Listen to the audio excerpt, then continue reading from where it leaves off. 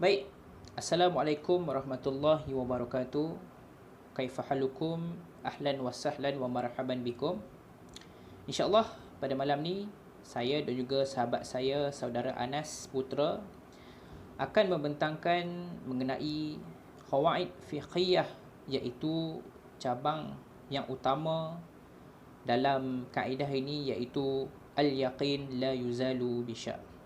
Baik, dalam pembentangan kami akan membentangkan 6 perkara yang utama yang perlu kita nilai dalam kaedah ini. Pertama adalah al-muqaddimah, iaitu muqaddimah kepada kaedah al-yaqin la yuzalu bisyak. Kedua, ta'rif al-qaedah. Ketiga iaitu taqyin al-yaqin, iaitu peringkat-peringkat yang ada di dalam keyakinan seseorang Muslim. Yang keempat adalah dalil qaedah.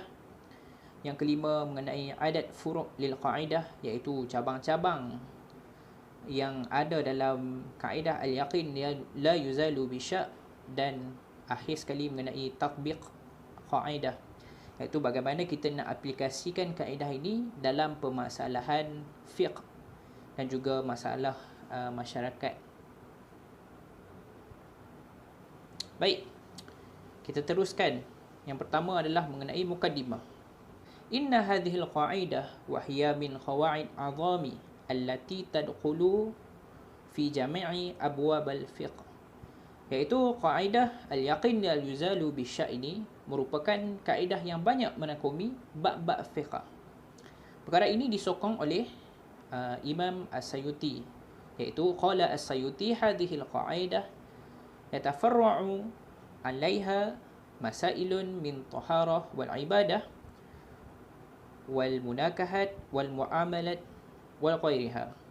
Iaitu Imam Sayuti berkata, kaedah ini merangkumi masalah-masalah yang terdapat daripada aspek penyucian, misalnya dalam perkara fiqh ibadat. Yang kedua mengenai munakahat, yang ketiga muamalat dan sebagainya. Seterusnya, tawaddihu hadhihi al-qawaidah al-fiqhiyah tabi'ah basitah wa rahmah fi syariah Islamiyah. Iaitu kaedah ini diperkenalkan bertujuan untuk menyerlahkan sifat mudah dan juga rahmat sesuatu syariat itu.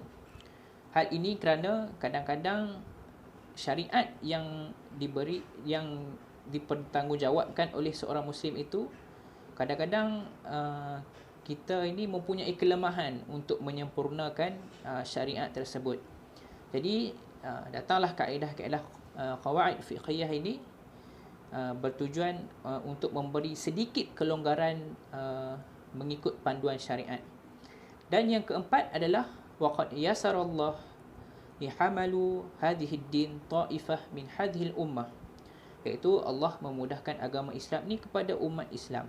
Maknanya di sini kemudahan yang diberikan oleh Allah Subhanahu Wa Taala dalam konteks al-yaqin la yuzalu bisyak ini, kerana manusia ini mempunyai sifat iaitu was-was, iaitu kadang-kadang kita terlupa nak melakukan sesuatu perkara. Jadi dengan adanya kaedah al-yaqin la yuzalu bisyak ini, serba sedikit boleh menyempurnakan amalan-amalan di dalam ibadat kita seharian.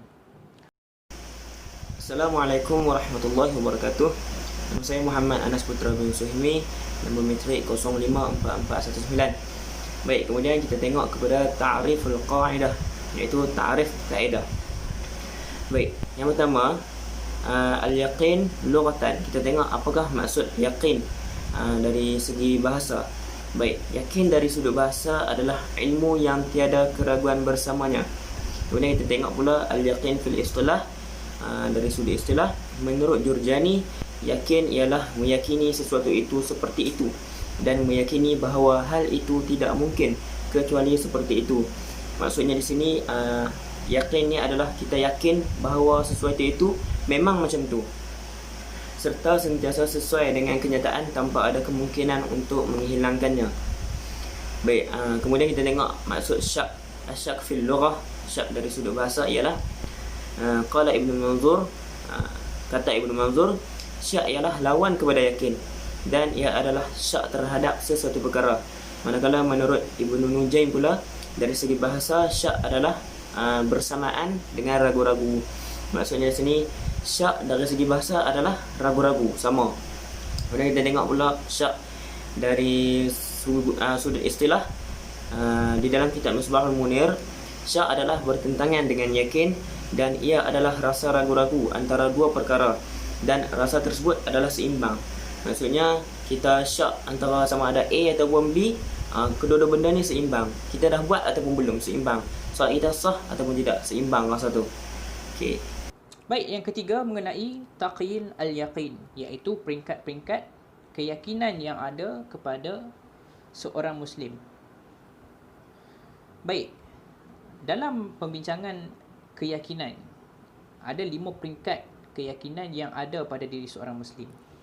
Yang pertama adalah al-yaqin, iaitu saya meletakkan satu garis panduan, iaitu 100%, iaitu apabila kita mempunyai satu sikap keyakinan, kita haruslah mempercayai sesuatu perkara itu 100%. Misalnya tentang kewujudan Allah Subhanahu Wa Taala. Jadi seorang Muslim itu perlu ada satu sifat keyakinan dalam hatinya. Tidak boleh ada syak dan wasangka dalam dirinya dalam mempercayai kewujudan Allah Subhanahu Wa Taala. Peringkat yang kedua adalah zon. Zon ni 75%. Dia sedikit kurang daripada peringkat keyakinan. Ketiga adalah syak. Syak ini terdiri daripada perkara yang kita rasa ragu-ragu, antara kita nak meyakinkan ataupun antara kita tidak yakin. Jadi syak ni saya letakkan kepada 50%. Dan yang keempat adalah al-waham. Al-waham ni bermaksud kita lebih cenderung untuk tidak percaya sesuatu perkara tersebut, tetapi masih lagi ada sedikit kepercayaan dalam kita mempercayai sesuatu perkara itu. Dan akhir sekali adalah ghairul yaqin, iaitu ini kita tidak percayalah sesuatu perkara yang berlaku. Jadi kalau kita lihat dalam kitab-kitab lama dahulu, ulama tidak letaklah peratusan-peratusan yang saya letakkan ni.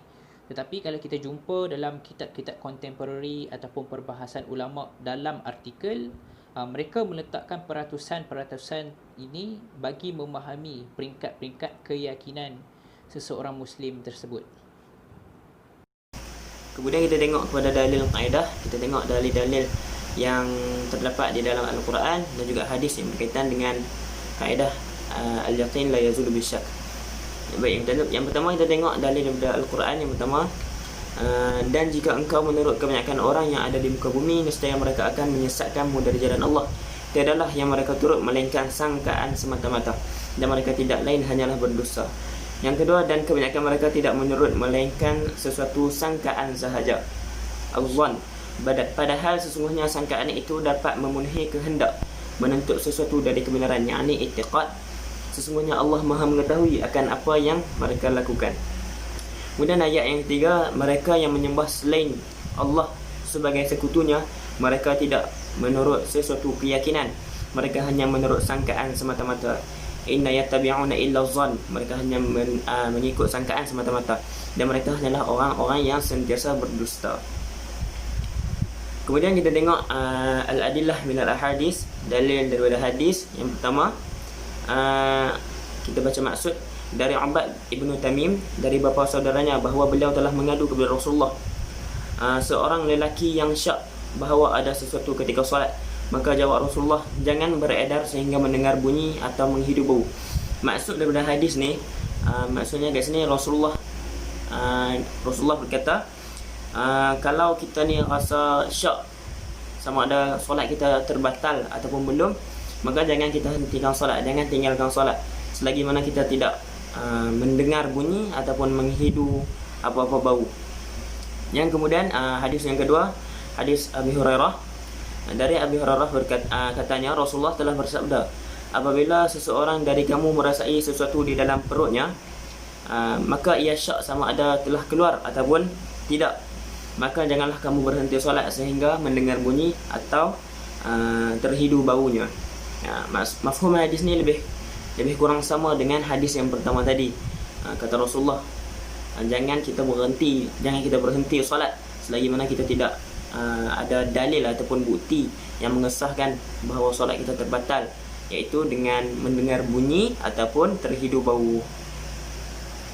Yang kelima adalah adat furud lil qaidah, iaitu cabang-cabang kecil yang ada dalam kaedah al-yaqin la yuzalu bisya'.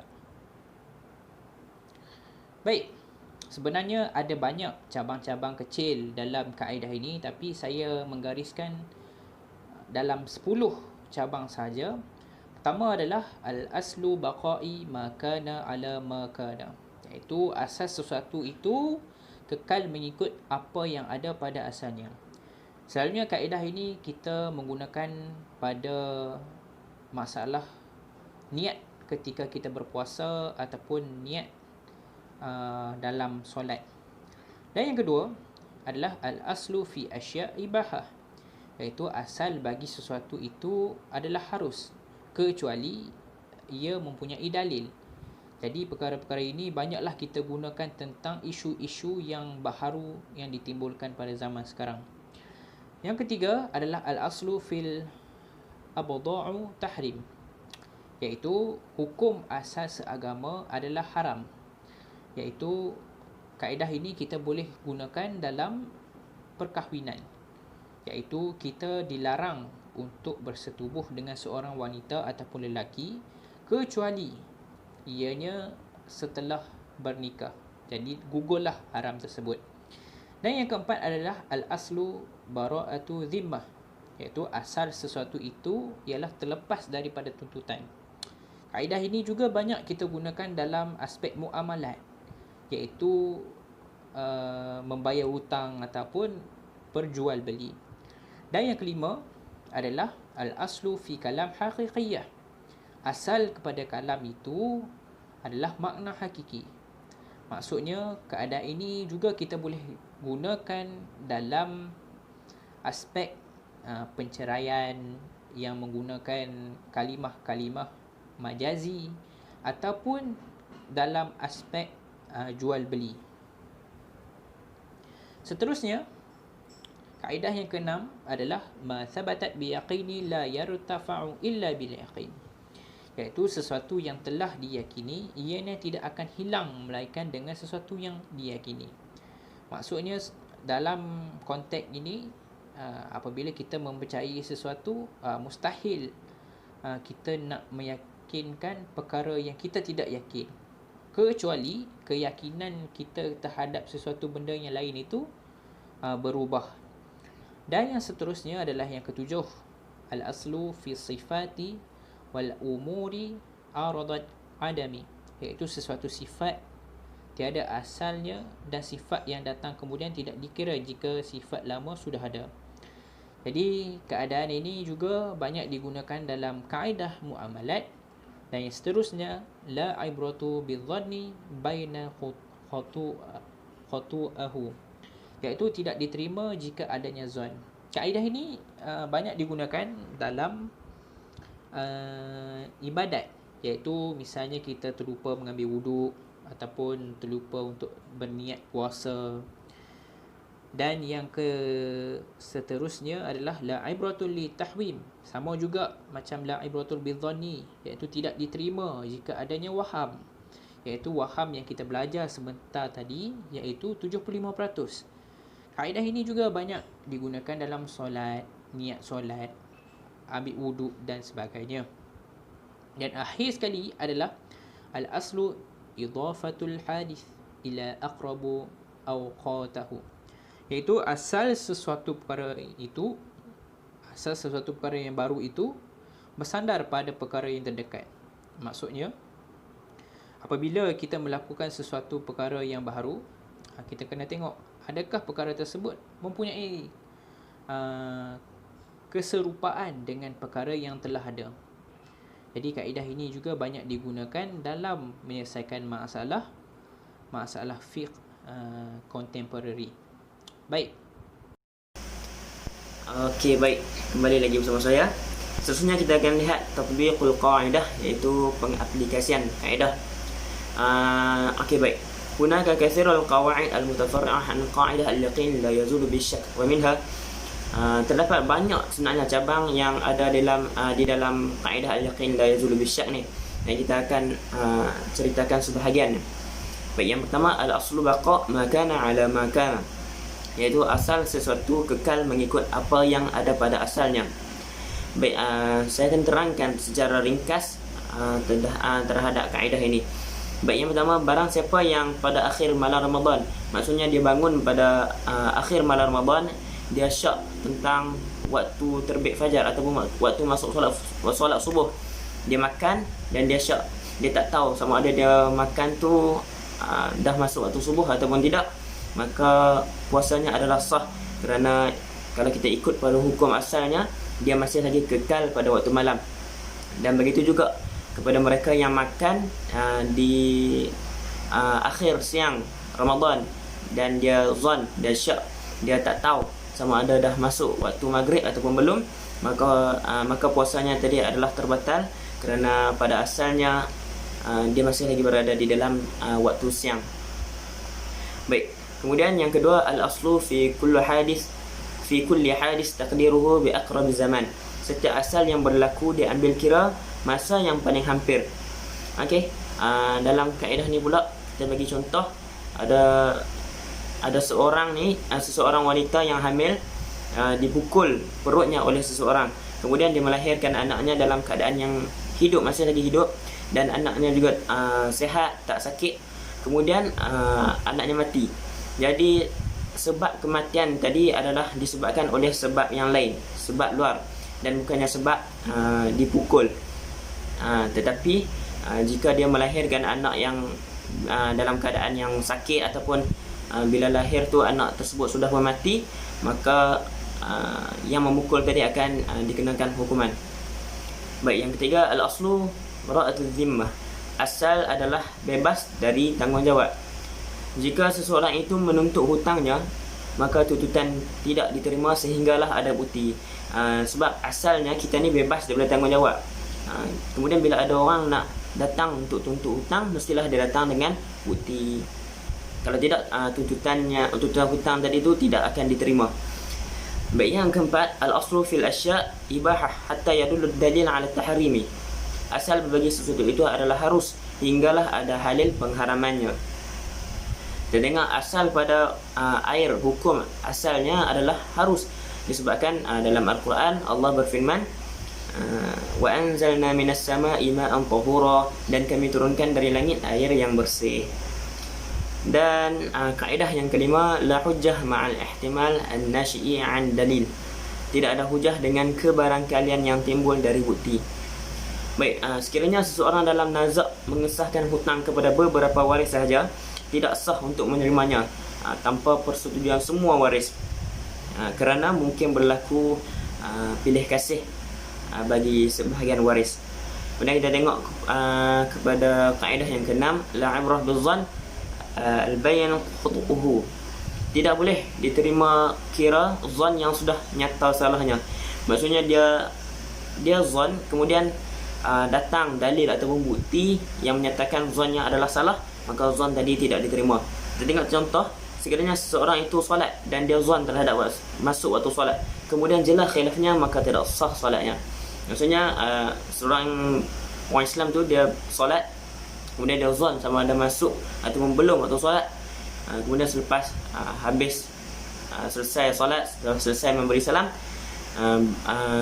azan dilaungkan, maka jelas di situ kesilapannya, maka zan tadi tidak diterima dan solatnya juga adalah tidak sah, dan dia mestilah qada semula solatnya tadi. Dan yang terakhir, yang ketujuh, la ibrah litawaham. Tidak diakui akan waham. Baik, apa yang dimaksudkan dengan waham ni? Waham ni adalah bila kita buat keputusan yang hampir-hampir salah. Dia ada banyak peringkat. Yang pertama yakin, kemudian bawah yakin adalah zan, dan di tengah-tengah adalah syak, 50% yakin, 50% tidak yakin. Kemudian waham, dan yang akhir sekali, makam yang paling rendah sekali adalah tidak yakin. Baik, okay, kita sambung kepada pembicaraan tadi. Yang ketujuh, tidak diakui akan waham. Sekiranya seseorang meninggal dunia dan meninggalkan sejumlah ahli waris, maka harta warisan dibahagikan antara mereka, iaitu dibahagikan antara ahli waris yang kita dah pasti dah yang dia tu sebenarnya adalah waris, dan tidak dikira waris yang waham, iaitu ragu-ragu. Tidak dikira waris yang ragu-ragu, yang kita tak tahu sama ada ini benar-benar waris ataupun bukan. Sekian sahaja daripada kami. InsyaAllah. Assalamualaikum warahmatullahi wabarakatuh.